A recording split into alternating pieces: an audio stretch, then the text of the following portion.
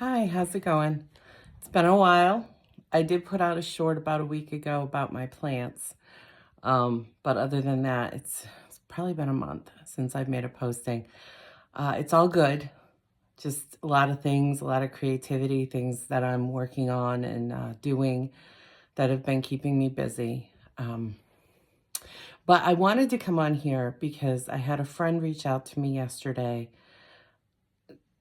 It just, wanted to bounce a couple of things off of me. And we texted a little bit because we weren't on the phone. It was late at night, and I decided, I'm like, you know what? I think I'm going to do a quick video to kind of address what I was trying to talk about. Because sometimes words like verbal expression is easier to understand. Actually, a lot of times because you see the nonverbal cues that indicate how to receive certain words. Okay, inflection in our voice as well, things like that. That's why it's so important. Like when we really have to assert boundaries or when we have to talk about something that has some emotion behind it, that is maybe a difficult topic, it's best not to do it via text or even email because a lot of those nuances don't come through as clearly and people tend to misunderstand. And sometimes we may come across a little more harsh. So just keep that in mind. Text is not always the answer. And when you really need to talk about something, it is important to kind of have that face to face, whether it's in person or, over FaceTime or something like that. Whatever works for you, but it is better to have it visually because most people are visual learners and they take visual cues. Okay. It's even better to do in person because then you pick up on other things too. But I know that that's not always a possibility. So you work with what you got, but text isn't the way and ghosting is really never the way. That indicates one thing. When we ghost, that means we are emotionally immature. Period. Unless, of course, there's like one exception with that, really, and that's if you don't really know someone and they're bothering you and you just don't want to return the energy or even open that door, so you just ignore them type thing. But that's not really ghosting. Ghosting is more when you have an established type rapport or relationship or communication, and then all of a sudden you just drop off the planet. You never respond. You leave people on red, or you block or something like that without any kind of explanation. That's ghosting. That's immature. Okay. And that's not to shame anybody. That's just see your behavior for what it is. If that is how you deal with distressing emotions, then that's telling you something about yourself and it's indicating something that needs to be healed. Okay. But that aside, I just want to address really quick before I have to run into session. When somebody throws reactionary energy at you, and what I mean by that is in this particular case, it was a situation where people had plans in place for quite a while. Okay. Definitely more than a week. Okay. And they waited until like the day before their plans to all of a sudden start trying to problem solve, getting certain things and needs covered. Okay. With regards to getting their needs met. You can think of getting a ride to an airport or a house sitting, or, if you have pets and you need someone to take care of them, or other things that need to be done. Like, oh, I had this appointment for my car, but I'm not going to be home. Can you bring it to the garage for me or something like that? Anything like that. When someone doesn't plan ahead and then they just expect you to fill in the blanks or to do exactly what they say in order to fulfill those needs for them, such as, I have this appointment, it didn't dawn on me, but I have this appointment this weekend for my car. I need you to bring it for 4 o'clock.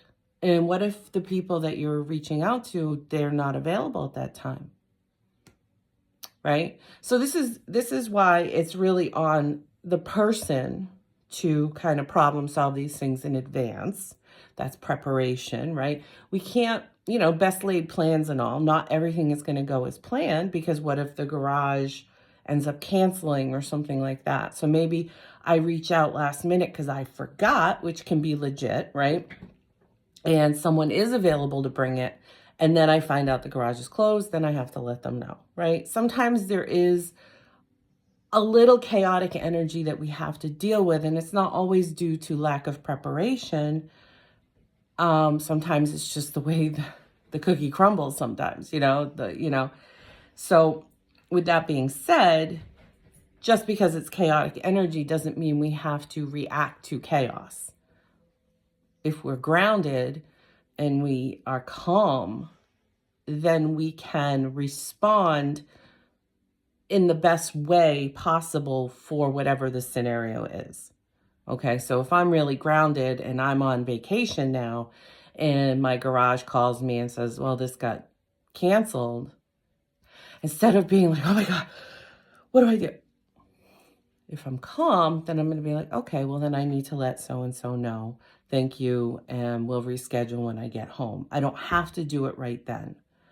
If the garage is like, well, let's reschedule right now, and I don't have my calendar, although, most of us have it in our phone now, but if I don't have my information, then I'm going to have to push back and say, I will call you when I get home, but I'm out of the state right now, or something like that, right? That's calm energy. It's diffusing the situation. And then I would let whoever was going to bring my car know, whatever.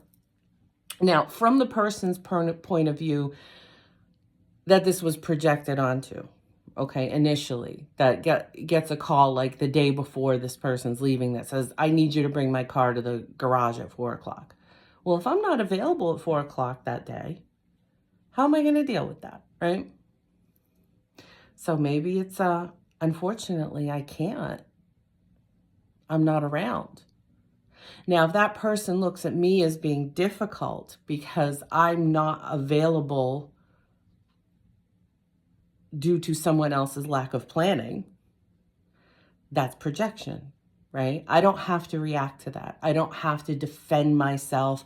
I don't have to get angry or any of those things. I just have to set my boundaries. My boundaries are, unfortunately, due to this being last minute, I am not available at that time. Go to plan B, right? And then that's going to be a natural consequence for the other person to recognize that, you know what, I need to be more proactive in the future and set these plans in place beforehand. Them getting mad at you, if that's the case, and saying like, oh, well, why can't you drop everything and do this for me? I would for you. It's all hogwash, okay? Because, sometimes we can adjust, because if we recognize that this isn't a pattern of somebody not planning ahead and not being proactive, if they normally are someone who has all these things and they just legitimately forgot, we may be more apt to change our plans if they're changeable plans. But we should never feel obligated to do so, depending on what our plans are. If my plan is I have my child's school parent-teacher conference or something like that, I'm not going to change that to bring your car to the garage. You may have to call the garage and reschedule, right? And this is where boundaries come in. We have to kind of push back based on our priorities or what's going on in our life, because we matter, we count, and only we can set those boundaries. We can't change people's behaviors, but we can impact how those behaviors affect our lives. Does that make sense? And it really comes down to being grounded at any point so that we don't feel like we have to react to other people's panic mode, okay? Because you don't. Even when they say, you need to let me know right now because I have to, then you know what? Then the answer is no, because I don't have the time to invest my energy into your chaos. Now, that's probably not what you're going to want to say, but ultimately, that's what your boundary is protecting. I hope that makes sense. I do have to get going though, but if you have any questions, leave me a comment or reach out via email. I will tag that in the description box below. And I'm going to be making another video probably later today. So if I'm wearing the same clothes, it's okay. Same day.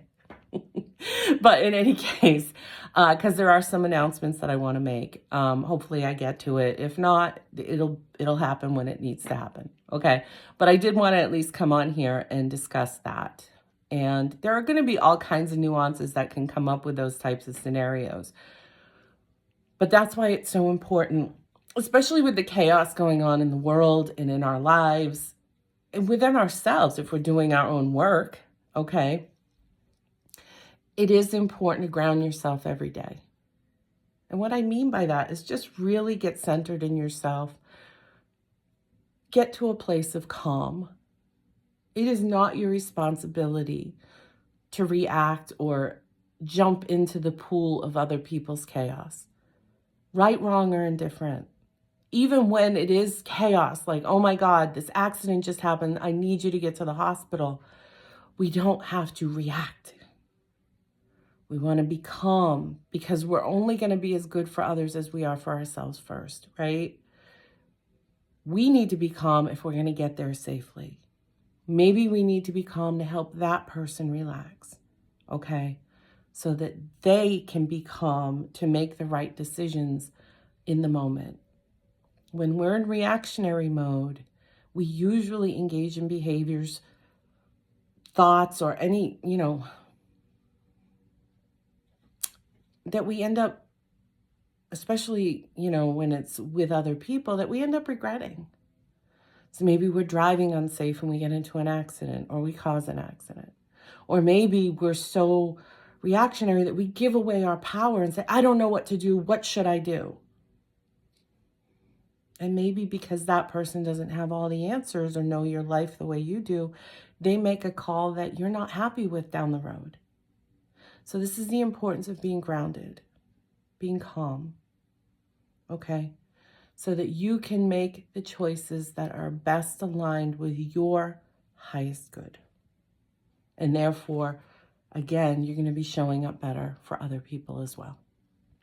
So again, if you have any questions, you can either put them in the comment. If it's personal and you don't want to put it there, send me an email. All right. Either way, I will talk to you again soon. And I do apologize for the gap in time. I'll try to be more mindful about that. Okay.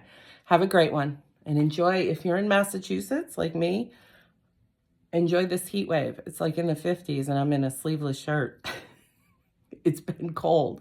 So I'm glad for it. Yesterday and today, this is great. Although it has been just weird. Although I shouldn't say that. This is New England. So, all right. Have a great one. Talk to you soon. Bye.